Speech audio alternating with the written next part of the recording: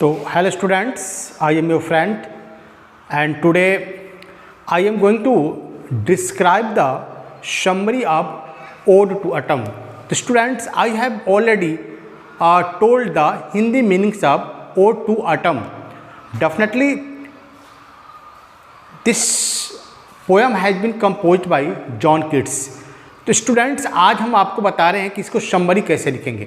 बहुत ही आसान समरी आपको हम देते हैं, थोड़ी सी अगर दिमाग लगाएंगे तो एग्जाम में आराम से लिख सकते हैं। तो देखें, विदाउट डिले हम लोग समरी पे बात करते हैं। यहाँ पे देखिए समरी, हम यहाँ पे समरी है, यहाँ पे ओड टू अटम आराम से पहले लिख देंगे। दिस ओड यानी एक कसीदा या गीत, ode to autumn has been composed by John Keats. इतना याद रखेंगे कि यह जो कविता है ये क्या है, एक कसीदा है जो जॉन किट्स के द्वारा कंपोज की गई है। तो नॉर्मल है, याद कर लेंगे।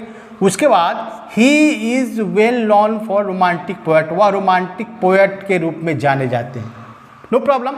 अब याद कर ले कि he was born in England in 1795 and died in 1821। याद कर लीजिए कि उनका जन्म इंग्लैंड में 1795 में, मृत्यु 1821 में हुआ था। No problem.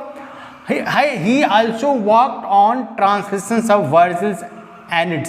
उन्होंने वर्जिल एनिड को अनुवाद के भी काम किए। ये एक हो गया ना। अब आते हैं कविता में जो तीन मतलब स्टेंजा में दिया गया है। तो देखिए पहला में इन हिज फर्स्ट स्टेंजा, यानी पहले स्टेंजा में द पोएट डिस्क्राइब्स यानी वर्णन करते हैं how to fruits maturing and spread the vines of grapes thatching around the roof of the house. यानी इसमें करेंगे पहले स्टेंजा में कवि वर्णन करते हैं कैसे फल जो है मैच्योरिंग परिपक्व हो जाते हैं और कैसे उसके अंगूर के लतर जो है पूरी घर के छज्जा और छत पे फैल जाते हैं। नो प्रॉब्लम, यही ना कह रहे हैं। इन द सेकेंड स्टेंजा, दूसरे स्टेंजा में कह रहे हैं जॉन किट्स कंपेयर तुलना करते हैं द आटम यानी आटम्स को विद ए ह्यूमन्स, एक मानव के साथ इनकी तुलना करते हैं। And describe the beauty of the autumn, और पतझड़ के मौसम की सुंदरता को बखान करते हैं। No problem.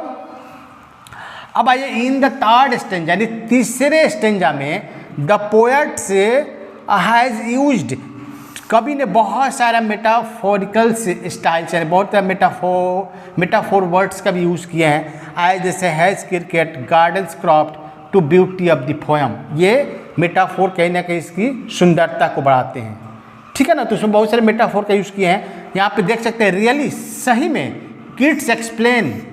किट्स व्याख्या करते हैं द ब्यूटी सुंदरता एंड कैरेक्टरिस्टिक्स और चरित्र एस्पिरिट्स ऑफ आटम के आत्मा के इन सीरीज ऑफ मेमोरेबल्स पिक्चर, और उसमें एक यादगार पिक्चर भी प्रस्तुत करते हैं। Exhibiting the principle of the beauty in nature, प्राकृतिक में सुंदरता के सिद्धांत का भी प्रदर्शित करते हैं। तो स्टूडेंट्स इस तरह के आप अगर मान लीजिए समरी लिखते हैं तो कोई प्रॉब्लम नहीं होगा, आपको रटना नहीं है, बस थोड़ी सी आपको इसमें ध्यान रखना होगा।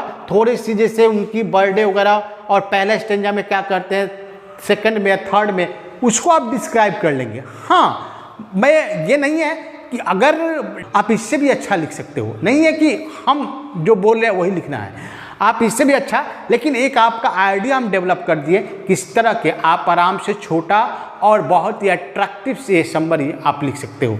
तो स्टूडेंट्स मैं समझता हूँ कि ये समरी डेफिनेटली आपके फाइनल एग्जाम के लिए बेहतर होगा। तो हम ऑब्जेक्टिव क्वेश्चन पे बातें करेंगे और O2 आटम्स का जो भी इम्पोर्टेंट ऑब्जेक्टिव क्वेश्चंस होंगे उस पर हम डिस्कशन कर रहे हैं, लेकिन आपको करना है क्योंकि आपने हिंदी उसका माने समझ लिया है, समरी बता चुके हैं। तो अब आपको देखना है कि रियली आपने सारे ऑब्जेक्टिव क्वेश्चंस को अगर सॉल्व कर लेते हो तो आप समझना कि हम अच्छे से पढ़ रहे हैं। तो आपको करना है, तो चले और चल कर हम लोग यहाँ पे देखते हैं क्या क्या आज ऑब्जेक्टिव क्वेश्चंस है। तो पहला देखिए O2 आटम, यहाँ पे ऑब्जेक्टिव क्वेश्चंस। पहला आसान सवाल है कि O2 autumn has been composed by, चलिए बताइए किसके द्वारा लिखा गया है। Walt Whitman, John Keats, John Donne, T.S. Eliot, किसके द्वारा? वेरी गुड, आपने सही बताया, जॉन किट्स साहब, याद रखें बहुत। अब आते हैं सेकेंड जो हमारा जो आपका क्वेश्चन है John kits is well known for poet. John Keats जो है किस तरह के कवि जाने जाते हैं? सैड, हैप्पी, रोमांटिक या ट्रेजिक?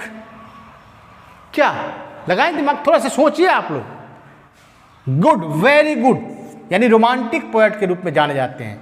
अब आते हैं यहाँ पे third, John Keats was deeply interested. John Keats जो है ज़्यादा रुचि रखते थे किस में?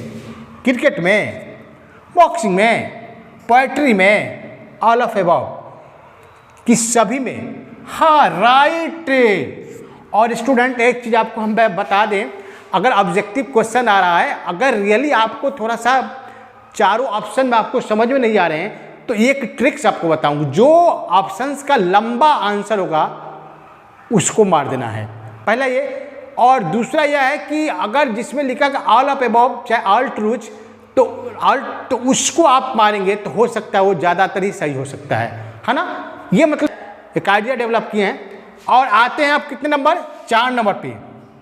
The first poem was John Keats was. जो पहला कविता है जॉन किट्स आपका कौन था? Ode to autumn, ode to nightingales, शाइक्स या स्पेंसर? बिल्कुल, ये सी ऑप्शन बिल्कुल सही। और 5वां बहुत आसान है, John kits died. John Keats किस लिए मरे? बुखार से मर गए, कलरा से मर गए, जॉन्डिस के, ट्यूबरकुलोसिस। बिल्कुल, इसी को शॉर्ट में हम लोग कहते हैं टीबी। क्या कहते हैं? TB, tuberculosis. और एक होता है टीबी जिसको हम लोग टेलीविज़न बोलते हैं, जिसको हिंदी में दूरदर्शन कहते हैं। टीबी यानी टीबी के बीमारी के कारण ये मर गए। तो फिर तो जॉन किट्स साहब कितने आयु में उनकी डेथ हो गई? गुड, 26 साल। और 7वीं जो क्वेश्चन है, यहाँ पे खाली स्थान है। Is the season of mist and मेलो फ्रूटफुलनेस, यानी कोहरे के मौसम में क्या होते हैं? पूरी फल जो है ना मेलो हो जाते हैं। कौन से भाई सीजन्स में? कौन?